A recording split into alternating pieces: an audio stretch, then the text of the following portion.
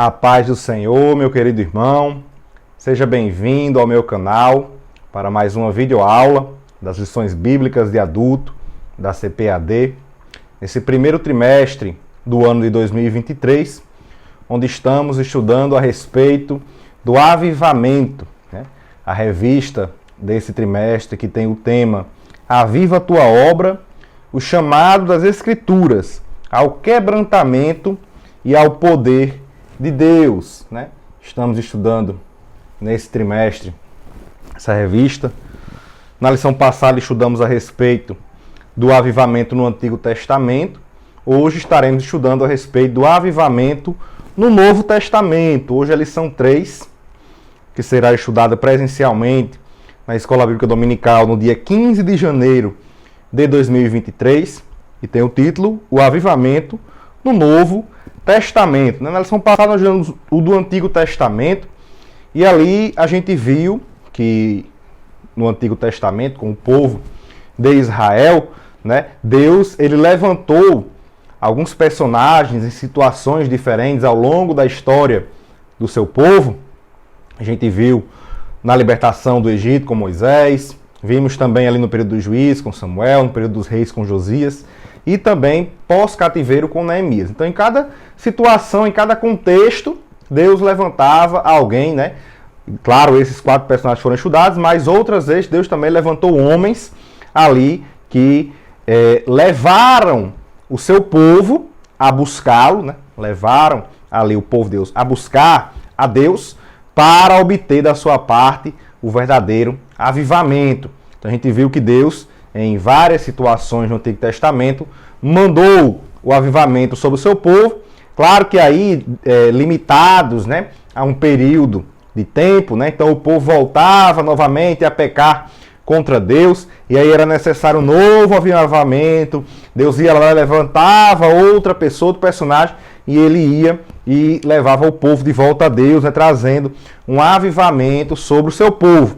Então, ali, após o período da Antiga Aliança, do Antigo Testamento, né, entre o período da Antiga Aliança e a Nova Aliança, o Novo Testamento, a gente tem o que é conhecido aí como o silêncio profético, né, o período interbíblico, que vai ali de Malaquias, né, até João Batista, né, no Novo Testamento. Esse período é chamado período interbíblico, ou intertestamentário, ou silêncio profético. E aí chega a plenitude dos tempos, né, quando Jesus traz a mensagem, né, a poderosa mensagem, a mais poderosa de avivamento, não somente para o povo de Israel, mas desta vez para toda a humanidade. É isso que a gente vai estar aqui estudando hoje, né?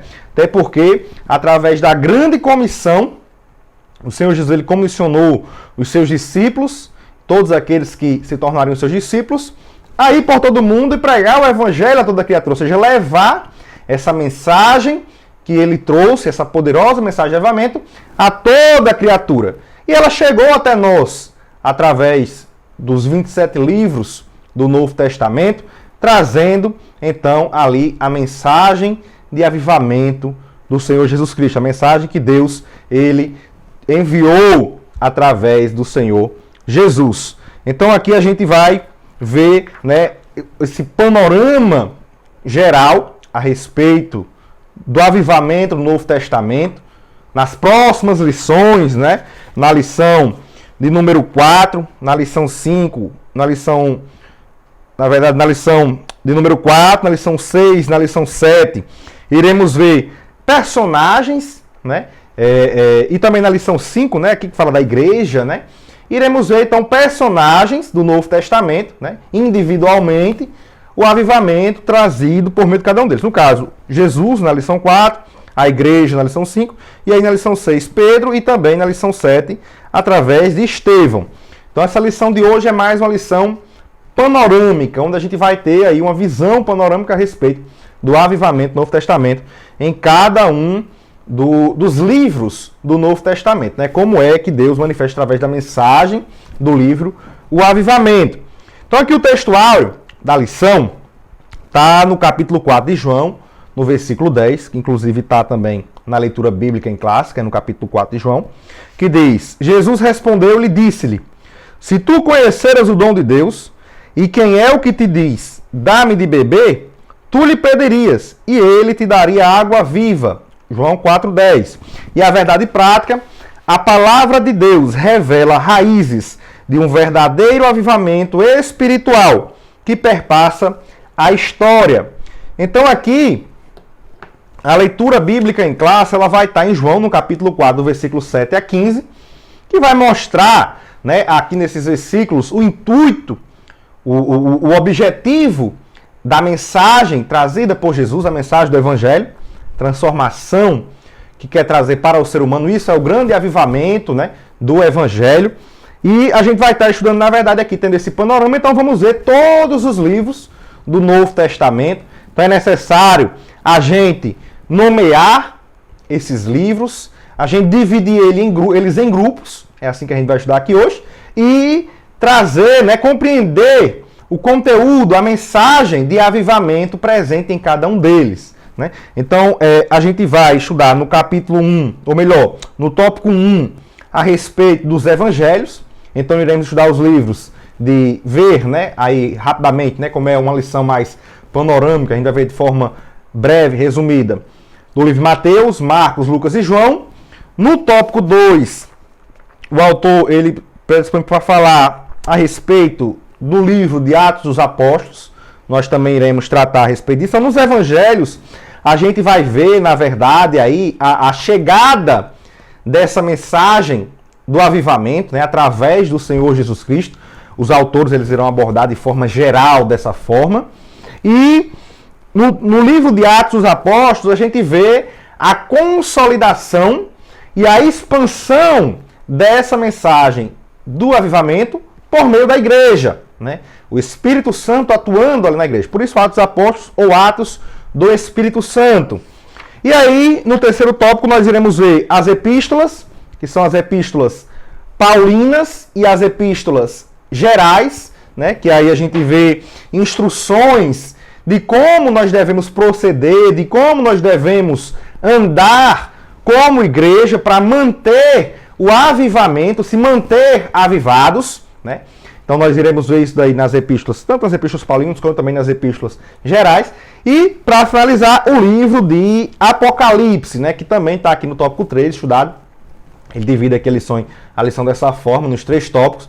Então nesse último vê as epístolas paulinas e gerais e também o livro de Apocalipse, né, que traz a mensagem escatológica, né, a mensagem relativa ao futuro, mostrando também grandes avivamentos que hão de acontecer com a igreja e com o povo de Israel, né? Algo que nós estudamos até no período passado, na lição, na revista passada, no trimestre passado, né? Nós estudamos ali a respeito do milênio, né? O milênio será um tempo de grande avivamento que Deus trará na terra. Então, aqui no tópico 1, né, nós iremos dar a respeito do avivamento nos evangelhos.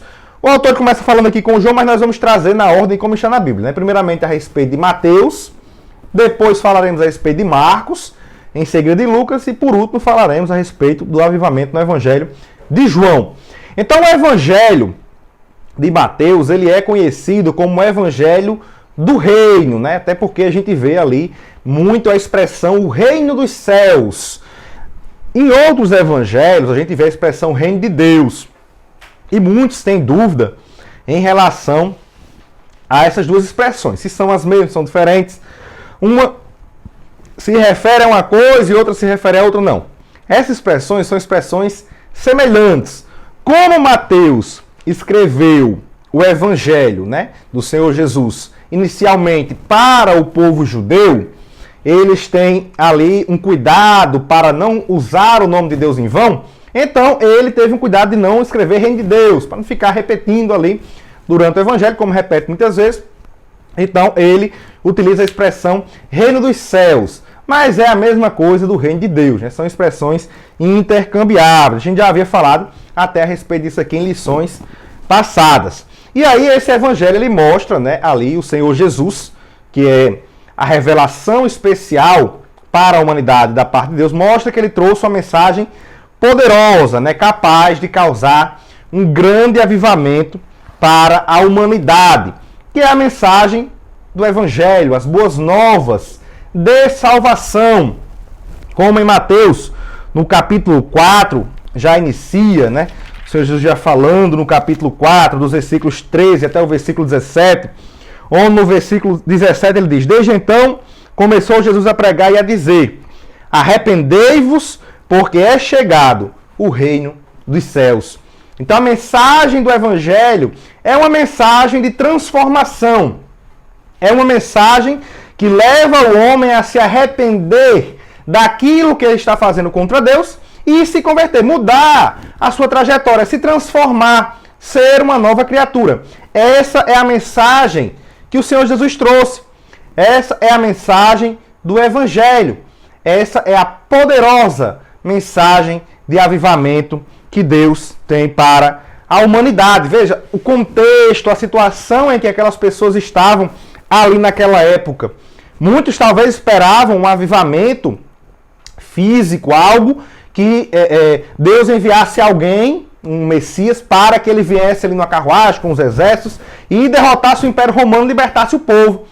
Mas Jesus não veio libertar o homem do jugo físico, mas sim do jugo espiritual, do pecado. Veio libertar o homem dos pecados. Então, para haver esse avivamento, essa libertação, é necessário que o homem ele se arrependa. Então essa é a mensagem que o Senhor Jesus vinha trazendo ali, aqui que Mateus ele apresenta, né? A mensagem do reino dos céus. E para participar do reino dos céus, era necessário se arrepender. E aqui a gente vê que essa mensagem que Jesus trazia era uma mensagem cheia de poder, cheia de autoridade, diferente do que o povo estava acostumado, com os fariseus, com os escribas, com os saduceus, né, aqueles grupos religiosos proeminentes na época, que guiavam o povo. Então o povo estava acostumado com aquele negócio seco. E Jesus vem com uma mensagem falando daquilo que lhe competia, falando algo que realmente vinha dele, porque ali era o próprio Deus falando. Então quando os escribas fariseus falavam a respeito da palavra, eles falavam de algo que eles apenas tinham ouvido falar, mas que eles não viviam e que não era deles. Quando Jesus falava da palavra, Jesus falava de algo que era dele, porque a palavra vinha dele.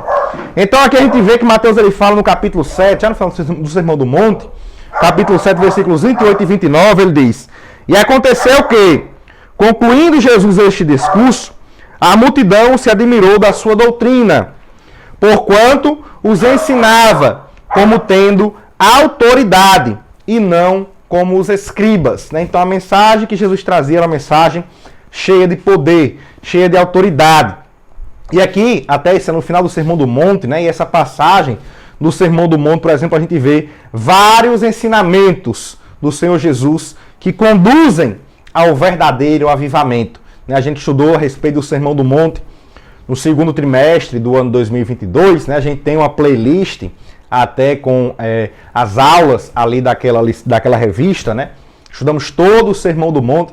Quem não assistiu, quem não acompanhou essas aulas, né, e quiser aprender a respeito do Sermão do Monte para ter uma vida mais avivada com os ensinamentos do Senhor Jesus, pode acessar, né? A gente tem a playlist segundo trimestre de 2022 e lá vai ter todas as aulas do Sermão do Monte, muitos ensinamentos maravilhosos, edificantes para uma vida cheia de avivamento.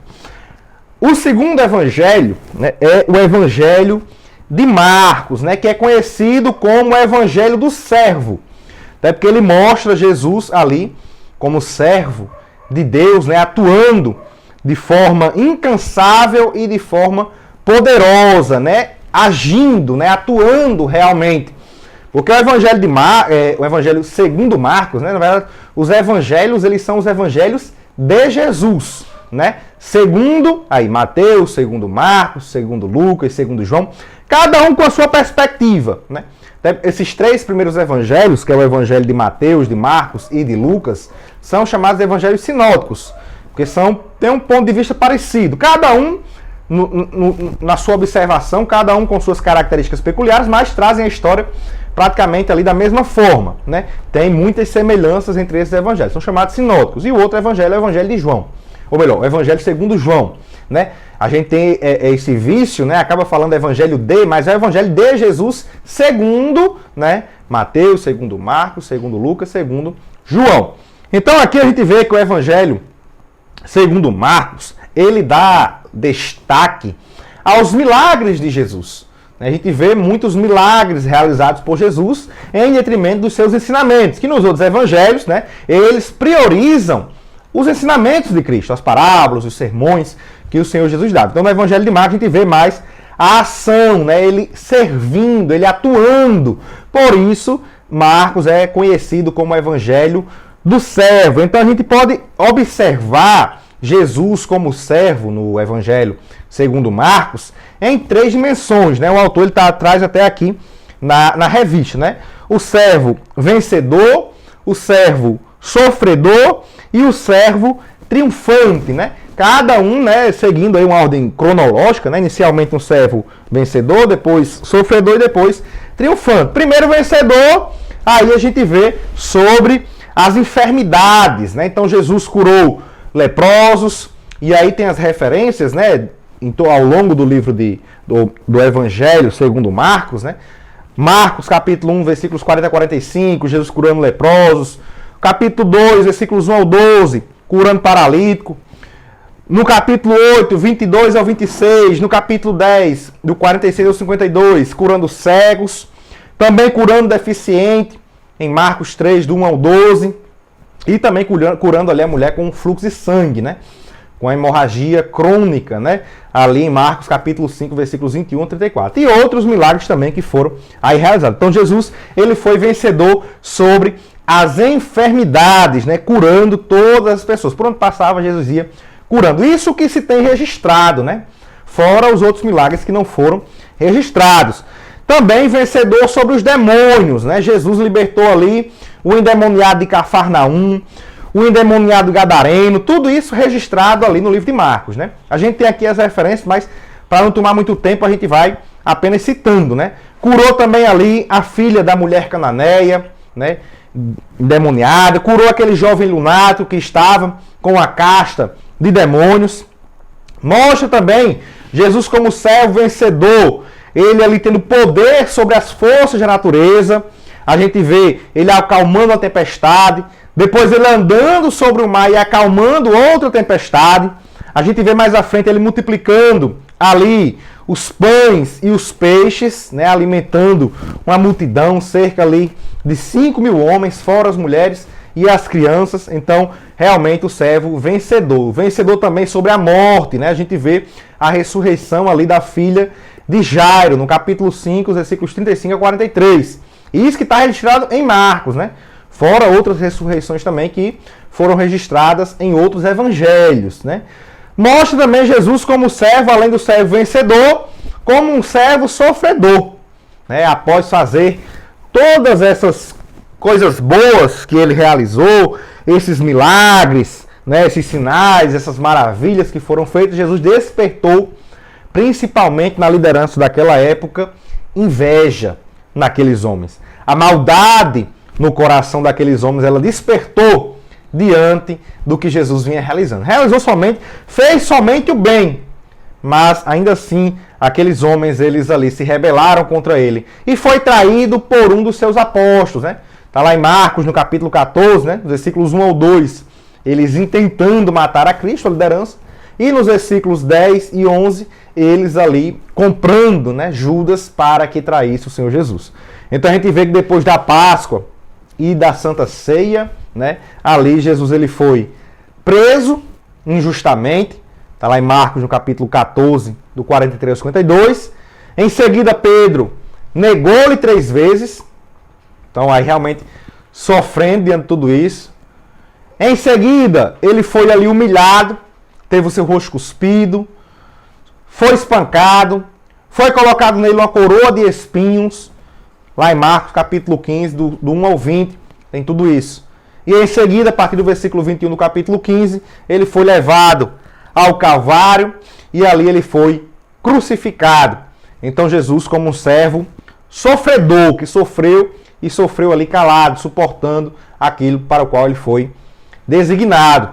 E aí temos também, né, tem essa perspectiva de Jesus como servo vencedor, como servo sofredor e também como servo triunfante, né? Porque como ele já havia predito, ele seria morto e ele foi morto, mas ao terceiro dia ele ressuscitou triunfante, como o autor bem diz aqui, sobre a morte, sobre o pecado, sobre o mundo e sobre o maligno. Então, o Evangelho de Marcos é o evangelho que apresenta Jesus como o servo que venceu, sofreu e triunfou para trazer avivamento para a humanidade. O Evangelho de Lucas é chamado do Evangelho do Filho do Homem, né, conhecido como o Evangelho do Filho do Homem. Isso porque Lucas ele é o que melhor retrata a humanidade de Jesus, né, o lado de Jesus como homem. Né? A gente sabe que Jesus ele era ao mesmo tempo homem e Deus.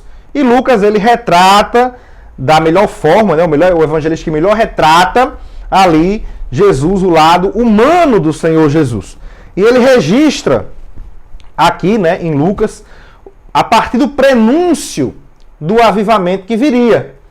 Ele registra o anúncio do nascimento de João Batista, né, no capítulo 1, dos versículos 5 ao 25, e do versículo 26 ao 30, mostra ali o anúncio do nascimento de Jesus. Né? João Batista era aquele que viria antes do Senhor Jesus, né, que viria preparar o caminho, e a gente vê o anúncio do nascimento de João Batista e o anúncio do nascimento também de Jesus.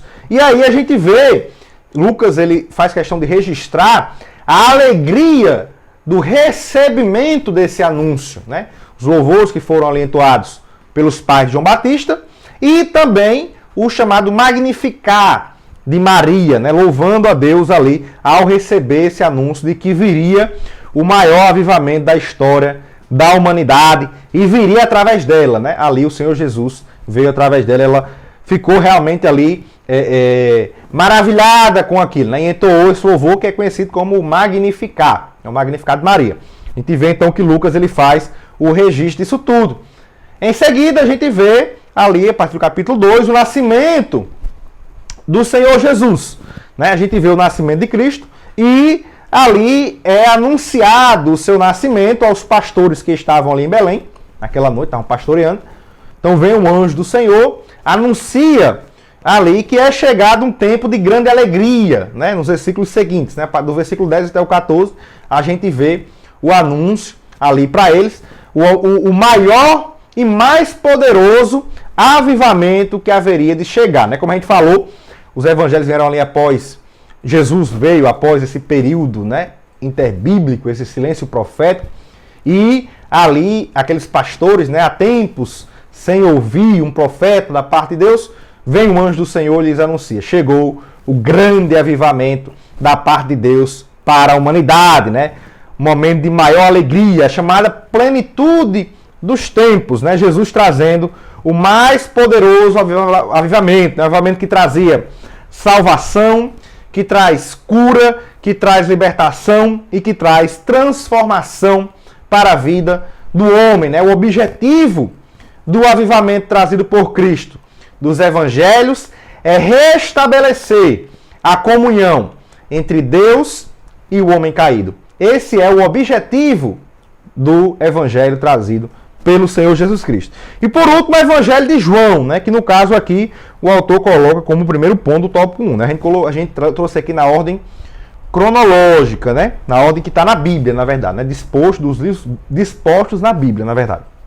Então, o evangelho de João é interessante que ele deixa claro desde o início, a partir do primeiro versículo, a divindade do Senhor Jesus. Né? No versículo 1 do Evangelho segundo João, ele já diz: no princípio era o Verbo, e o Verbo estava com Deus, e o Verbo era Deus. Ele estava no princípio com Deus. Então aqui ele faz questão, né? O Verbo aqui, Cristo, ele faz questão de mostrar que Jesus era Deus, mostrando a divindade de Jesus. Né? Algo que naquela época em que João estava ali escrevendo o Evangelho, muitos já haviam se levantado tentando negar a divindade de Cristo. Hoje em dia ainda muitos tentam negar a divindade do Senhor Jesus. Mas a Bíblia é clara quando diz que Cristo... E ao longo do Evangelho, na verdade, a gente vê evidências da divindade do Senhor Jesus, né? Mostrando ali que ele é Deus. A maior evidência, a sua ressurreição, mostrando que realmente ele era o Cristo enviado por Deus. Então tem várias referências aí, vários sinais mostrando que Cristo é o próprio Deus no Evangelho de João, né? Ele frisa bastante a divindade de Cristo, né? Até muitos, ele mostra em alguns momentos, muitos ali se revoltando, porque Jesus mostrava que realmente era o Cristo, era o próprio Deus. E nos versículos 3 e 4 do capítulo mostra ali Jesus como o Criador de todas as coisas, né? Todas as coisas foram feitas por ele, sem ele nada foi feito se fez. Nele estava a vida, e a vida era a luz dos homens, né? Então Jesus, ele era o próprio Deus e também o Criador de todas as coisas. E aqui, como o autor ele deixa bem claro, no ponto 1, no tópico 1, no texto aqui que ele coloca, a missão redentora de Jesus, ela é vista no capítulo 4, no versículo 14, naquela conversa que ele teve com a mulher cananeia, que inclusive está aqui na leitura bíblica em classe, né? O versículo 14, onde diz o seguinte: mas aquele que beber da água que eu lhe der, nunca terá sede, porque a água que eu lhe der fará nele uma fonte de água a jorrar para a vida eterna, né? Então aqui, como o autor diz, né? Esse versículo é o resumo da missão redentora de Jesus. Preencher o vazio da alma com a salvação. Sanar as necessidades espirituais e emocionais do ser humano, né? Deus, ele enviou o seu Filho Jesus Cristo justamente para isso, para trazer essa mensagem de que ele quer restabelecer a comunhão com o ser humano. O homem, ele tem esse vazio dentro de si, que só pode ser preenchido com Deus. E Deus, sabendo dessa necessidade, traz a mensagem de maior avivamento, que é a mensagem do Evangelho. Como ele diz, esse é o maior avivamento de todos os avivamentos que uma pessoa pode experimentar. É ter a presença do Espírito Santo de Deus em suas vidas. É aceitar a Cristo, é se arrepender dos seus pecados, é entregar a sua vida para Cristo. É nascer de novo. Esse é o maior avivamento que o ser humano ele pode experimentar, né? O autor ele faz questão aqui, esse texto ficou bom, de frisar isso daqui. E aí, a partir do tópico 2, né, aqui os evangelhos, né, a gente consegue ver a chegada da mensagem do avivamento através do Senhor Jesus. E aí no tópico 2 ele traz a respeito do avivamento no livro dos Atos dos Apóstolos, ou Atos do Espírito Santo, né? Que é, na verdade, uma continuidade do Evangelho segundo Lucas, né? A gente vê que Lucas é o escritor do Evangelho, né? Segundo Lucas, e também o escritor do livro de Atos dos Apóstolos. E o livro de Atos dos Apóstolos é uma continuidade, né? Por muito tempo foi tido até como um livro só, né? E aí depois dividido, né? No livro do Evangelho de Lucas e Evangelho segundo Lucas, e o livro também de Atos dos Apóstolos, né? Mas foi ele que escreveu para Teófilo, né? Ele deixa claro, tanto no Evangelho como também no livro de Atos. E aqui ele mostra, né, que os discípulos do Senhor Jesus, que já haviam experimentado o novo nascimento, né, já haviam sido regenerados, receberiam um avivamento a mais, um avivamento espiritual a mais, ali através do Espírito Santo, que era um revestimento de poder. Esse revestimento para auxiliá-los na grande comissão, né? A gente vê já no primeiro capítulo de Atos dos Apóstolos, nos versículos 5 e 8, diz assim, o Senhor Jesus falando, né, para os seus discípulos: porque na verdade João batizou com água para o arrependimento, né? Mas vós sereis batizados com o Espírito Santo, não muito depois desses dias. Então aqui é a promessa do batismo com o Espírito Santo, né? Que Deus havia prometido ao seu povo já lá através de Joel. Capítulo 2 de Joel, versículos 28 e 29. E no versículo 8 ele diz: mas recebereis a virtude do Espírito Santo, que há de vir sobre vós, e ser-me-eis testemunhas, tanto em Jerusalém, como em toda a Judéia e Samaria, até os confins da terra.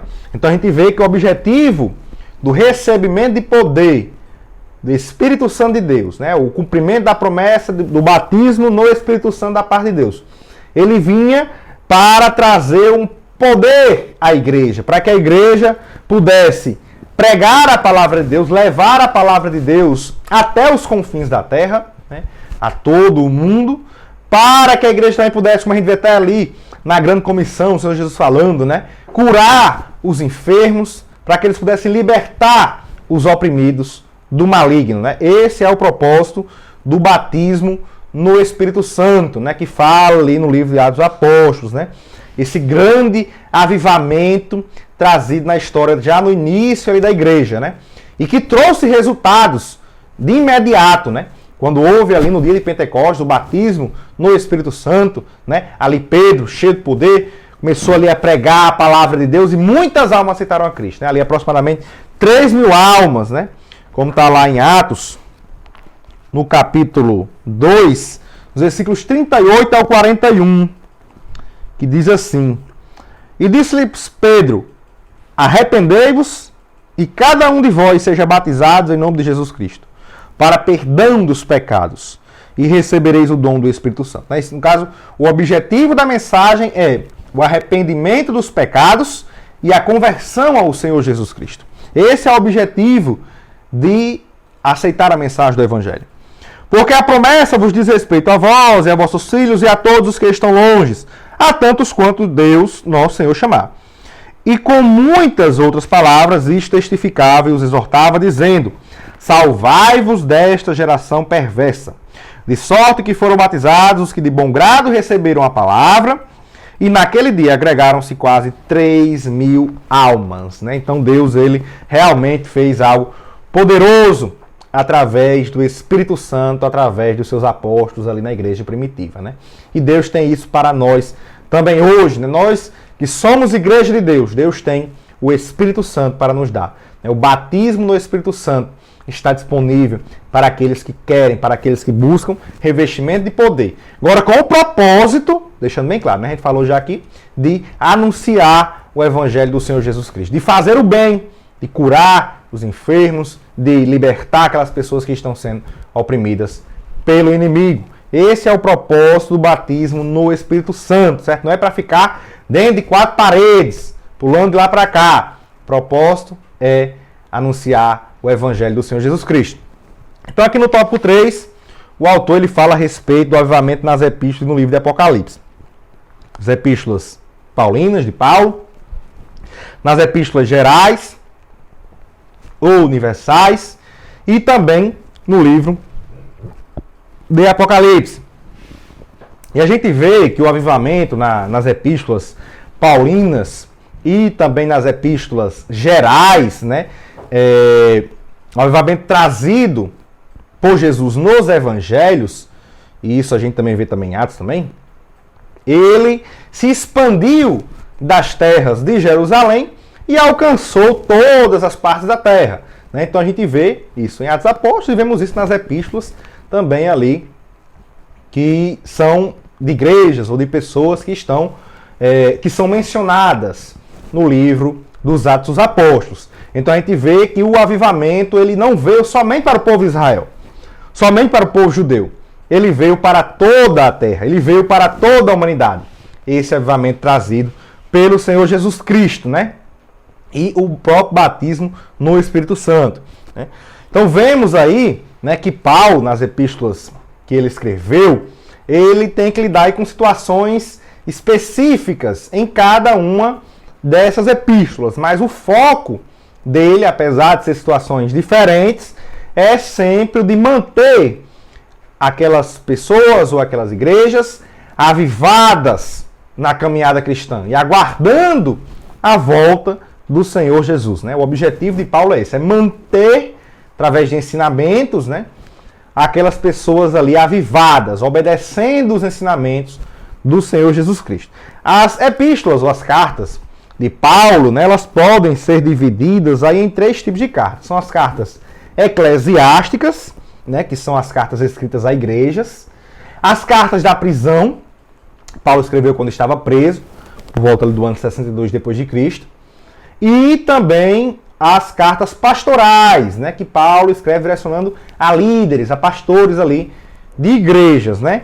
E as cartas eclesiásticas, né, são as cartas, as epístolas aos Romanos, a primeira e a segunda epístola aos Coríntios, né, a igreja em Corinto, a igreja da Galácia, né, aos Gálatas, e a primeira e segunda epístola aos Tessalonicenses, a igreja em Tessalônica. Então a gente vê, Paulo escreve a epístola aos Romanos no ano 57 depois de Cristo, e ali o tema principal dessa epístola é a justificação pela fé. A gente vê lá em Romanos 5:1, né? Deles, né? Sendo, pois, justificados pela fé, temos paz com Deus através de nosso Senhor Jesus Cristo. Então a gente vê que esse é o tema principal, né? O justo, ele viverá pela fé. É isso que Paulo traz aí na epístola. E aqui a gente vê que é uma epístola que traz esperança, que traz avivamento para aqueles que acreditam em Cristo.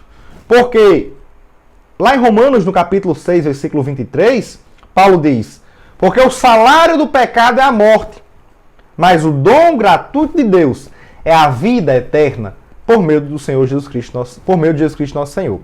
Então veja que o ser humano, ele a pré-condição, né, para o avivamento é uma situação crítica, difícil, e que é uma situação mais difícil do que o ser humano está caminhando para a morte por causa do pecado. Então realmente nós estamos numa situação crítica, numa situação perdida. Mas aprove a Deus enviar o seu Filho Jesus Cristo para morrer por nós na cruz do Calvário, para que através dele, gratuitamente, tivéssemos vida eterna. Somente através de Cristo podemos alcançar a vida eterna.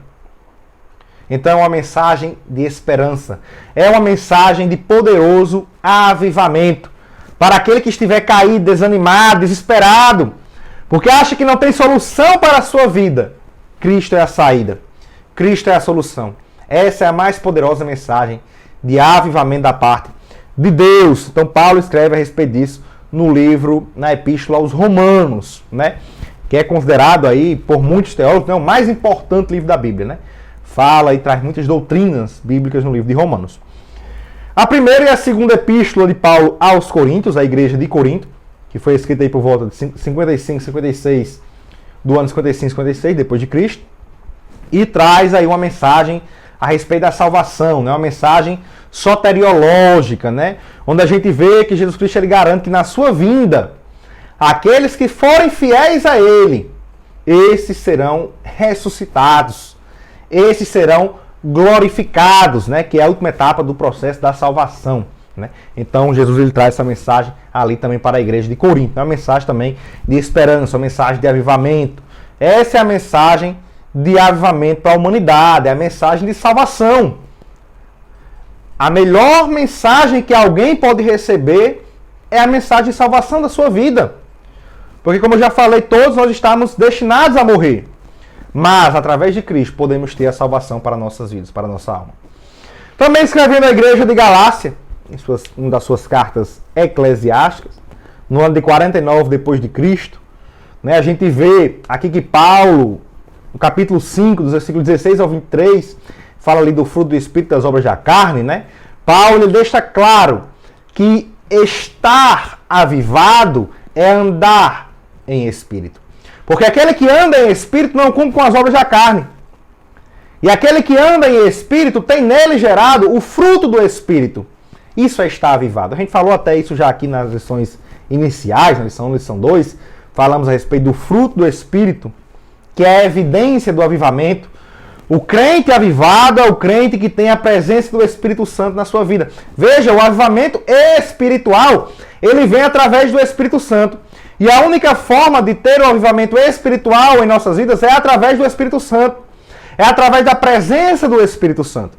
E quando andamos em Espírito, quando temos a presença do Espírito Santo em nossas vidas, o fruto do Espírito é gerado dentro de nós.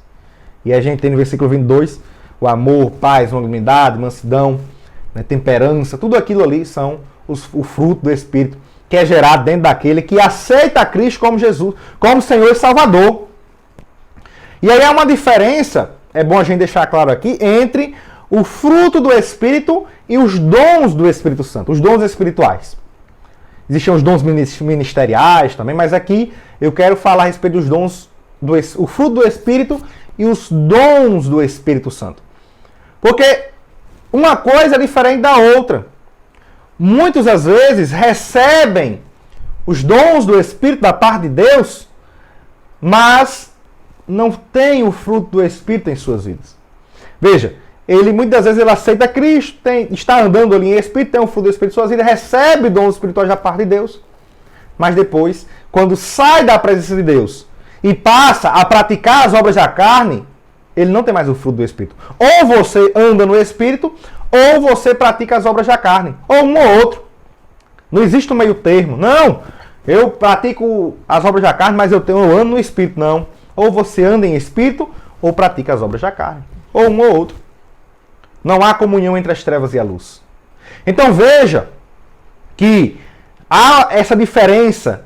E é mais importante, veja, mais importante termos o fruto do Espírito, andarmos em Espírito, do que ter os dons espirituais. Veja, eu não estou... É bom a gente frisar aqui, porque os dois são importantes. Mas mais importante é o fruto do Espírito. Porque é como Paulo fala no capítulo 13 de Coríntios, escrevendo a igreja de Corinto. Ele fala do amor. E ali o amor representa o fruto do Espírito na vida do crente. E se ele pode falar em línguas, ele pode profetizar, ele pode ter todo o dom da ciência, ele pode ter todos os dons espirituais. Mas se ele não tiver amor, de nada adianta, de nada serve. Então, o mais importante é ter a presença do Espírito. Porque para ter o fruto do Espírito, a gente tem que andar em Espírito. O mais importante é ter a presença do Espírito em nossas vidas. Não é ter poder por ter poder. É ter a presença do Espírito Santo. Porque se nós tivermos a presença do Espírito em nossas vidas e buscarmos o batismo no Espírito Santo para ter os dons espirituais, aí sim. Aí é como ele fala também na primeira epístola aos Coríntios, no capítulo 14 e no versículo 1. Porque veja, Deus ele tem o fruto do Espírito para nós e os dons espirituais. Você não tem que escolher um ou outro.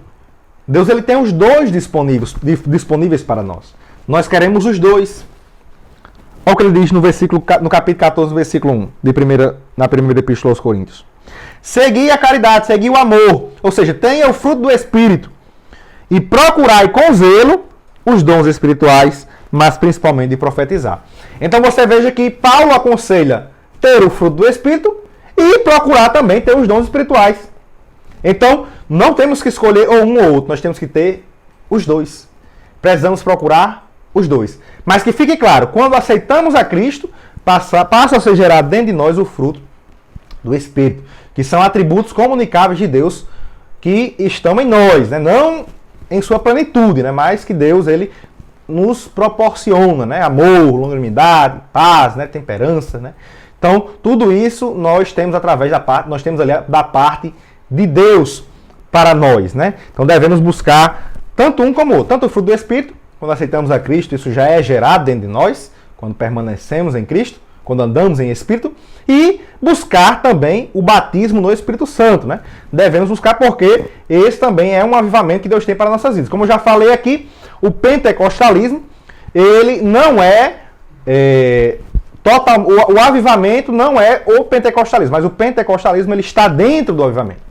Então, se queremos ter o avivamento completo da parte de Deus, devemos buscar sim ser pentecostais, buscar ali o batismo no Espírito Santo da parte de Deus, para sermos revestidos de poder, para fazermos com mais excelência aquilo que Deus nos chamou para fazer, que é a sua obra, que é evangelizar, que é levá-lo às outras pessoas, né? Libertando-as ali do poder das garras do maligno.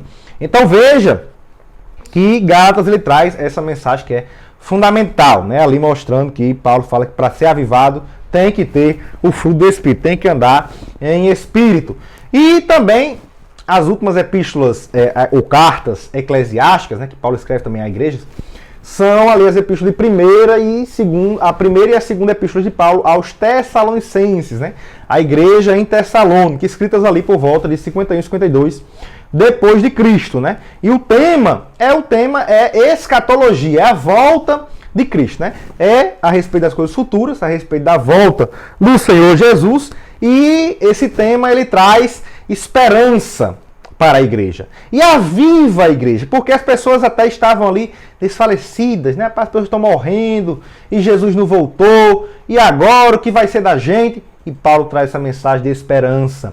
Paulo traz uma mensagem de avivamento para a igreja em Tessalônica, mostrando para aquelas pessoas que a promessa de Deus para eles era de que os que morreram ressuscitarão em Cristo e aqueles que estiverem vivos serão transformados e juntamente arrebatados com aqueles que foram ressuscitados. Está lá na primeira epístola de Paulo aos Tessalonicenses, no capítulo 4, versículos 16 e 17. Ali fala a respeito do arrebatamento da igreja. Ali a ressurreição daqueles que morreram e também a transformação, a glorificação daqueles que ficarem. Então essa é uma mensagem de avivamento. Sabemos que mesmo que a gente morra, Cristo ele nos garante a ressurreição, no dia do arrebatamento da igreja. E também vemos as cartas, nós vimos as cartas eclesiásticas, agora as cartas da prisão e também tem as cartas pastorais. As cartas da prisão foram aquelas que Paulo escreveu quando estava preso, ali por volta do ano 62 depois de Cristo. A carta aos Efésios, aos Filipenses e aos Colossenses. São 3 cartas destinadas a igrejas. E uma carta pessoal, que foi a carta que ele escreveu a Filemon. Então veja que, mesmo estando na prisão, Paulo ele mostra o que é o verdadeiro avivamento, expressando ali a sua felicidade, a sua alegria em estar preso por amor ao Senhor Jesus Cristo. Como ele escreve aos Filipenses, no capítulo 4 e no versículo 4, ele diz: regozijai-vos no Senhor, ou alegrai-vos no Senhor. Outra vez digo, regozijai-vos, alegrai-vos. Então, Paulo escreve essa mensagem aqui de alegria, com alegria, a mensagem de avivamento para a igreja, tanto para a igreja de Éfeso, como para a igreja em Filipos, a igreja também ali de Colosso e para Filemon. Então, Paulo, mesmo estando preso, mostra que estava avivado, mostrando que o avivamento enviado por Deus, ele independe das circunstâncias. Deus, ele dá avivamento em diferentes situações, em diferentes circunstâncias. Deus, ele traz avivamento. O avivamento, ele traz paz aos nossos corações. Ele traz alegria, ele traz ânimo, ele traz o regozijamento da parte de Deus. E também, por último, as cartas pastorais, que foram aquelas dirigidas à liderança da igreja, a pastores da igreja. No caso, Timóteo e Tito. A primeira epístola e a segunda epístola de Paulo a Timóteo, também a epístola de Paulo a Tito, que foram escritas aí, essas epístolas, entre os anos 65 e 67 depois de Cristo. E a gente vê que os temas aí comuns a essas cartas, a essas epístolas, são a defesa da sã doutrina, uma mensagem apologética. Nós vemos também aí Paulo ensinando a respeito do relacionamento que a liderança tem que ter com todas as pessoas. E vemos também Paulo falando a respeito do cuidado que se deve ter com os falsos líderes. Então, os ensinamentos presentes nessas cartas, nas epístolas pastorais que Paulo escreveu, elas enfatizam aí as condições para que os líderes e as igrejas eles possam cumprir a vontade do Senhor Jesus e ter avivamento em suas vidas. Somente cumprindo com as ordenanças do Senhor Jesus, a liderança e a igreja, elas podem ser avivadas por Deus. E aqui no ponto 2, tópico 3, o autor ele fala a respeito das epístolas gerais, ou epístolas universais. Essas epístolas elas vão ensinar como os verdadeiros cristãos eles devem proceder para manter-se avivados. Então a gente tem aí como epístolas gerais ou epístolas universais, a epístola aos Hebreus, com autor desconhecido. Tem também a epístola de Tiago, tem a primeira e a segunda epístola de Pedro, a primeira, a segunda e terceira epístolas de João e também a epístola de Judas. Judas aqui, o irmão de Jesus, não é Judas, o apóstolo que o traiu, não. Então aqui a epístola aos Hebreus, que foi escrita aí por volta de 67 a 69 depois de Cristo, a gente vê que ela revela a supremacia de Cristo, em todas as coisas, em relação a todos, né? E também mostra a supremacia aí da nova aliança, do Novo Testamento, em relação à antiga aliança, né? E vai alertar também a respeito do perigo da apostasia, né? Ter cuidado para não apostatar, né? Para não deixar a fé, né? Se apostatar, de nada adianta, né? Se deixar a fé, de nada adianta, né? Ter avivamento, então é necessário estar avivado para não apostatar. E também a epístola de Tiago, que foi escrita aí entre os anos, né, aproximadamente 45 e 49 depois de Cristo, né? Pode ter sido aí a primeira epístola escrita, e ressalta o valor tanto da salvação, inicialmente ali, como também da fé acompanhada de obras, né? Onde ele fala que a fé sem obras, ela é morta. Então é necessário, para ser realmente avivado, ter fé, mas essa fé, ela tem que ser uma fé dinâmica, tem que ser uma fé que age, né? Tem que ter obras, ações ali, né? Como a palavra, né, utilizada justamente ali para obras, né? Também pode ser ações, né? Tem que ter atitudes, né? O cristão tem que mostrar a sua fé através dos atos. E ali a primeira e a segunda epístola de Pedro, que foram escritas ali provavelmente entre os anos 60 a 68 depois de Cristo, e vão ressaltar o valor da fé e do sofrimento por Cristo, né? Esse sofrimento e essa fé aí com esperança, com amor e com santidade, né? Então o amor, a esperança e a santidade, que são elementos indispensáveis para o avivamento, o verdadeiro avivamento espiritual. E as primeiras, segunda e terceira epístolas de João, que foram escritas por volta aí dos anos 85 a 95 depois de Cristo, né? Foram 3 epístolas escritas por João, que alerta contra os falsos mestres, né? Os falsos ensinadores dentro das igrejas, e também indica, né, que sem o amor, né, João ele é conhecido como apóstolo do amor, né? Sem o amor a Deus e ao próximo, não se pode ter salvação. E como não se pode ter salvação, também não pode haver avivamento. Porque avivamento é para aquelas pessoas que são salvas em Cristo Jesus. O primeiro grande avivamento é a salvação, é a regeneração. E só é possível ser avivados se nós amarmos a Deus e amarmos o nosso próximo. Um grande ensinamento aí a respeito do avivamento que é trazido nas epístolas de João. E também, por último, a epístola, né, das epístolas gerais, a epístola de Judas, né, Judas, o irmão de Jesus, que foi escrita aí entre os anos 70, aproximadamente os anos 70 e o ano 80, né, depois de Cristo. E ela traz uma mensagem ali apologética, né, como ele já descreve ali já no primeiro, no terceiro versículo, né, apenas um capítulo, né, a epístola de Judas, no terceiro versículo, ele já mostra ali que é uma mensagem de defesa da fé cristã, a fé que eles haviam recebido, né? Então é uma mensagem apologética, de defesa. Para se manter avivados, precisamos nos defender. Precisamos ser crentes, devemos estar postos com a armadura de Deus, né? Porque senão o inimigo vem e nos atinge, né? Infelizmente, hoje muitas pessoas estão desarmadas dentro da igreja. Isso faz com que o inimigo venha e as atinja, né? Fazendo com que elas esmureçam, desfaleçam em sua fé.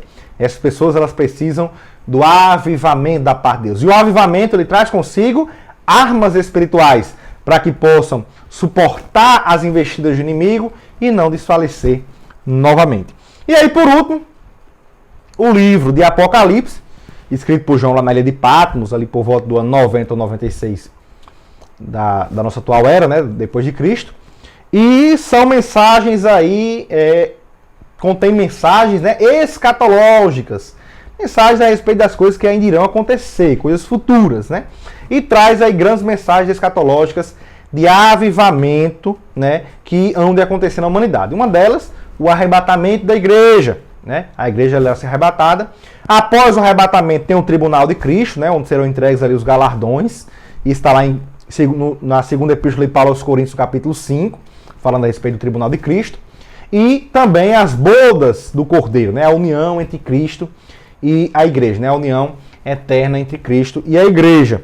E, por último, o milênio, né? Fala também ali a respeito do milênio, e nesse período do milênio é onde haverá o maior avivamento da história do mundo. Nós estudamos a respeito disso na revista passada, a respeito do milênio, e vimos ali que realmente Deus tem uma restauração, um grande avivamento a trazer para a humanidade, para o seu povo de Israel e também para outras nações que ficarão aqui no milênio. Nós, igreja, já teremos sido ali glorificados, né? Mas é um grande avivamento que Deus tem para trazer na terra no período do milênio. Não queremos ficar na terra para esse período, né? Queremos estar aqui com Cristo, reinando com Cristo, mas já glorificados, né? Como igreja, né?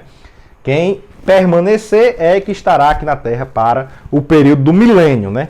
Mas nós, como igreja, aguardando a vida de Jesus Cristo, devemos estar avivados, preparados. Por isso a importância de estar avivados, para aguardarmos a volta do Senhor Jesus Cristo, para estarmos com Ele, né? Sermos arrebatados e estarmos com Ele nas nuvens e ali, para todos sempre estarmos com Cristo.